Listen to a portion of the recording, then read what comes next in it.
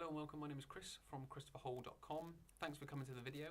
What I'm going to be talking about today in this video is endurance training, weight training, CV versus weight training, testosterone.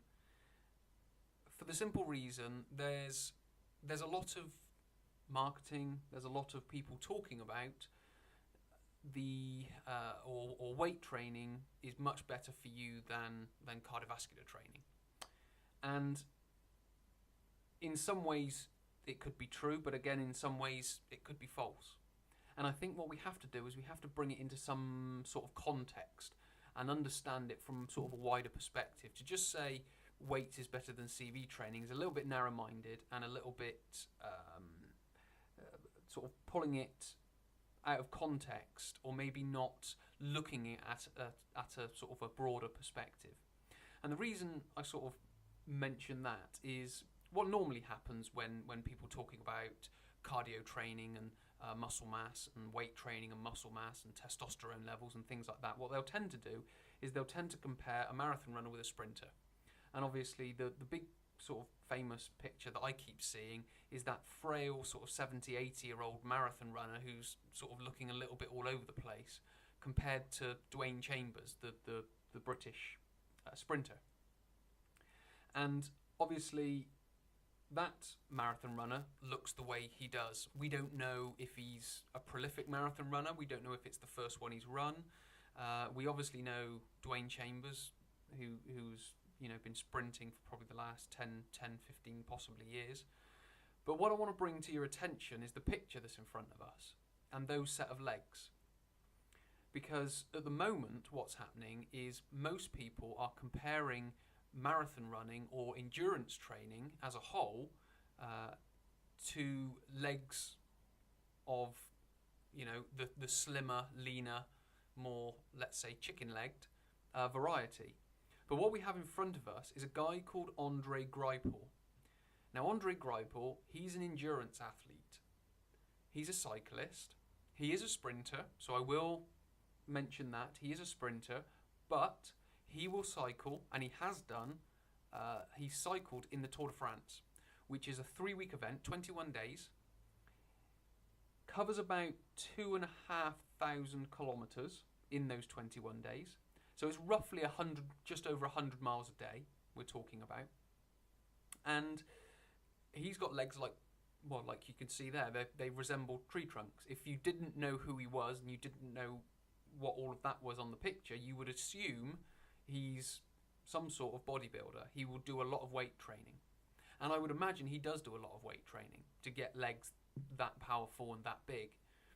But what we have to understand is if we take the simple idea that if we do too much endurance training, we're going to release too much cortisol and therefore lose muscle mass, that guy will cycle a minimum of 50 miles a day every single day.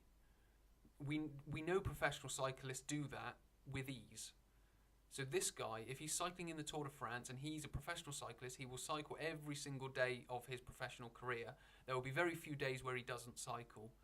To have legs like that, you have then got to wonder, how does he maintain them? Now, obviously, cycling's got its stereotypes with the Lance Armstrong and the drug culture that's just happened, and where that may be true, that's happening in all sports. If we look at Dwayne Chambers, for instance, he was banned for 2 years for taking performance-enhancing drugs. He's a sprinter. Obviously, the Jamaican sprinters that are just coming out at the moment, there's examples on both sides of the coin. It's no use sort of arguing, cyclists, well, they take drugs, therefore they're big that way. Well, sprinters take drugs. It just seems like an irrelevant sort of argument. So my main point is to hopefully bring a new question into how the hell has this guy got legs like tree trunks if he's doing cardio exercise every single day, and he's probably doing it for multiple hours. He's probably doing it for 2 to 3 hours a day minimum. If he's cycling the Tour de France, he's going to be doing it for 4 to 6 hours a day every single day. So it just poses the question, for the people who are sharing the information that is saying endurance training is bad for you and you shouldn't be doing it because you're going to lose muscle mass. If you look at that guy, you know, in some ways it falls a little bit left of field, which is a shame, really, because my thinking is, as long as you exercise and recover correctly, so if you do extra exercise, you recover that much better. If you don't do as much exercise, you don't have to do as much recovery, if that makes sense. If you can get those into a correct balance for the sport that you do, your performance is going to enhance, because that's what these cyclists will be doing. Now, the Tour de France is quite an extreme example, and more often than not, they will lose muscle mass during that event. But that's an extreme example. They are training every single day. Even on their rest days, they'll be out on the bike. They'll do 2 or 3 hours on the bike. So I just think it's a very interesting question to think, is endurance training possibly as bad as we think it to be? Because if we're doing the right CV training, if we're doing the right weight training, if we're doing the right recovery, our body will only benefit from that, no matter what the training is. So I don't think it's wise to just tell people to not do cardio because it's bad for you. Because there are some people that enjoy it, there are some people that prefer it, but it might just mean complementing it with some weight training, or vice versa. Weight training might be worth complementing with some sort of CV training.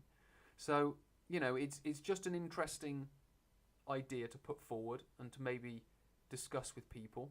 Discuss it with me, discuss it with people around you. But I think it's just an interesting point that this guy will cycle minimum of 2 to 3 hours a day in his professional career, and he's got legs like tree trunks. Yes, he's going to be doing CV. Yes, he's going to be doing weights. But what he will be doing is he'll be getting them in the right balance to keep his performance up. And if we were to look at his stats, for instance, these aren't just blown up sort of water-filled muscles. When he sprints, if you ever go on a bike and you go on a watt bike and you're able to get your wattage, this guy can sprint, so that's 200 to 300, possibly 400 meters at 1,047 watts.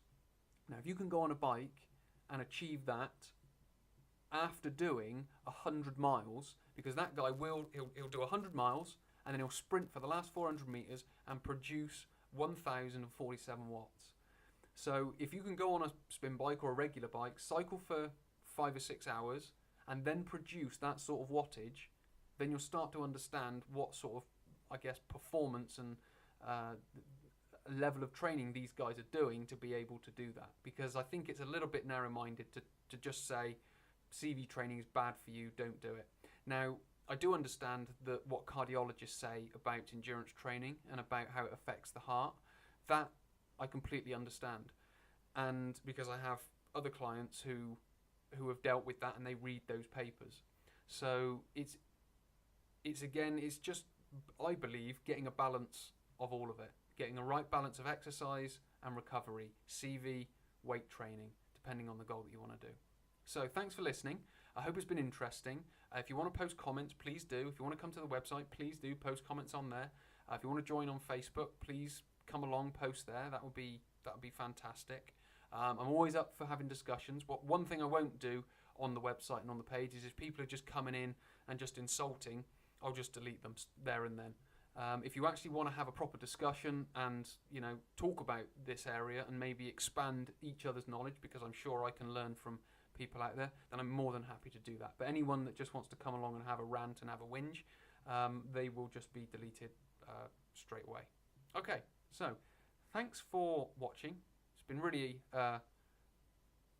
good to sort of maybe put this point across for me, because it doesn't always get that much in the way of attention. But yeah, hopefully it's been helpful. Thanks for listening, and I will speak to you in another video.